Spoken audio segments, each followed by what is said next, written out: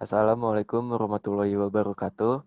Kami dari kelompok 3 ingin mempresentasikan tentang tata letak. Pertama, di sini kami akan memperkenalkan kelompok kami terlebih dahulu. Yang pertama ada Devani Vera Lestari, ada Faiz Almarij, ada Muhammad Rifki Anggara, ada Rehan Al-Fakri, ada Reza Febri Ardita, ada Rofikun Nawawi.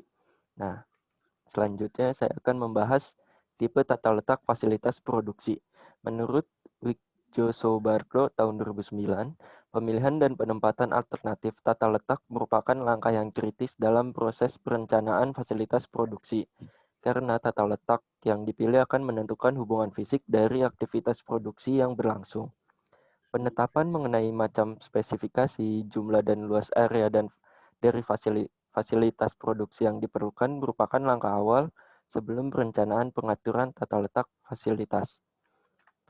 Nah, ada 4 macam atau tipe tata letak yang secara klasik umum diaplikasikan dalam desain tata letak, yaitu yang pertama ada tata letak fasilitas berdasarkan aliran produksi, yang kedua ada tata letak fasilitas berdasarkan lokasi material tetap, yang ketiga ada tata letak fasilitas berdasarkan kelompok produk, yang keempat ada tata letak fasilitas berdasarkan fungsi atau macam proses. Tipe tata letak yang secara klasik itu merupakan tipe tata letak yang secara klasik. Selanjutnya akan dijelaskan oleh kawan saya, Devani Vera.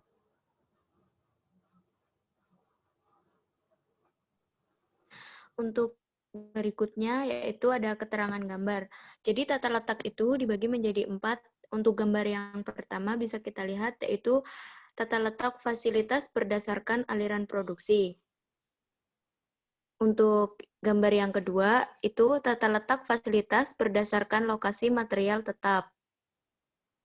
Untuk gambar yang ketiga, tata letak fasilitas berdasarkan kelompok produk, dan untuk yang tata letak terakhir yaitu tata letak fasilitas berdasarkan fungsi atau macam.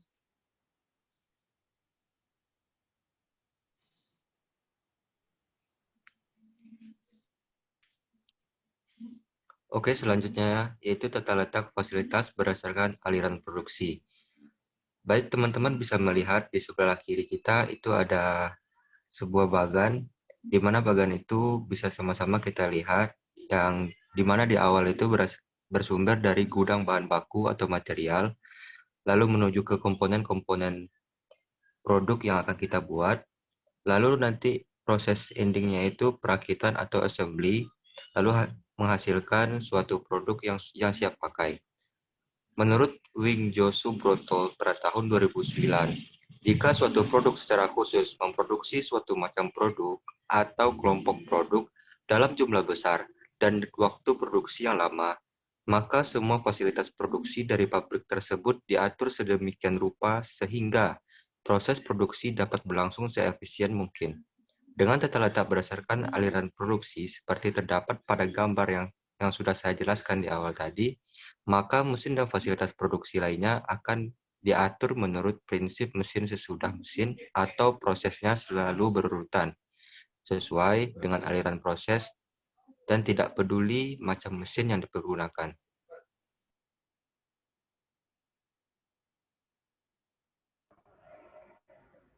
Selanjutnya saya akan menjelaskan tentang tata letak fasilitas berdasarkan lokasi material tetap. Di samping ini ada gambar yang menurut Wikjo Subroto, tata letak fasilitas berdasarkan proses tetap, material atau komponen produk utama akan tetap pada posisi atau lokasinya.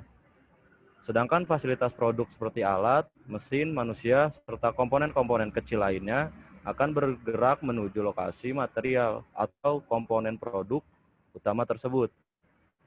Pada proses perakitan tata letak tipe ini, alat dan peralatan kerja lainnya akan cukup mudah dipindahkan. Berikut skema diagram dari tata letak fasilitas produksi yang diatur berdasarkan posisi material tetap. Bisa dilihat di gambar sendiri. Oke.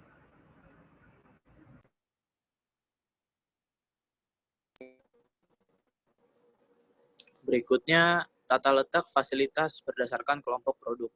Tata letak tipe ini didasarkan pada pengelompokan produk atau komponen yang akan dibuat. Produk-produk yang tidak identik dikelompokkan berdasarkan langkah-langkah proses, bentuk, mesin, atau peralatan yang dipakai, dan sebagainya. Di sini pengelompokan tidak didasarkan pada kesamaan jenis produk akhir, seperti halnya pada tipe produk tata letak. Pada tipe kelompok produk, mesin-mesin atau fasilitas produk nantinya juga akan dikelompokkan dan ditempatkan dalam sebuah manufacturing cell. Karena di sini setiap kelompok produk akan memiliki urutan proses yang sama, maka akan menghasilkan tingkat efisien yang tinggi dalam proses manufacturing-nya. Efisien konsekuensi pengaturan fasilitas produk secara kelompok atau sel yang menjamin kelancaran aliran kerja.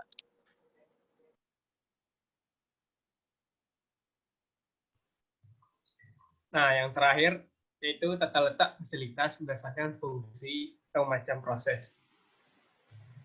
Menurut Puing Jo Suberto, tata letak berdasarkan macam proses sering dikenal dengan proses atau tata letak berdasarkan fungsi, metode pengaturan dan penempatan dari segala mesin serta peralatan produksi yang memiliki tipe atau jenis sama ke dalam satu departemen. Dalam tata letak menurut macam proses, seperti yang kita lihat pada gambar 4, jelas sekali bahwa mesin dan peralatan yang mempunyai ciri operasi yang sama akan dikelompokkan bersama dengan proses atau fungsi kerjanya. Jadi, tata letak fasilitas berdasarkan fungsi atau macam proses itu,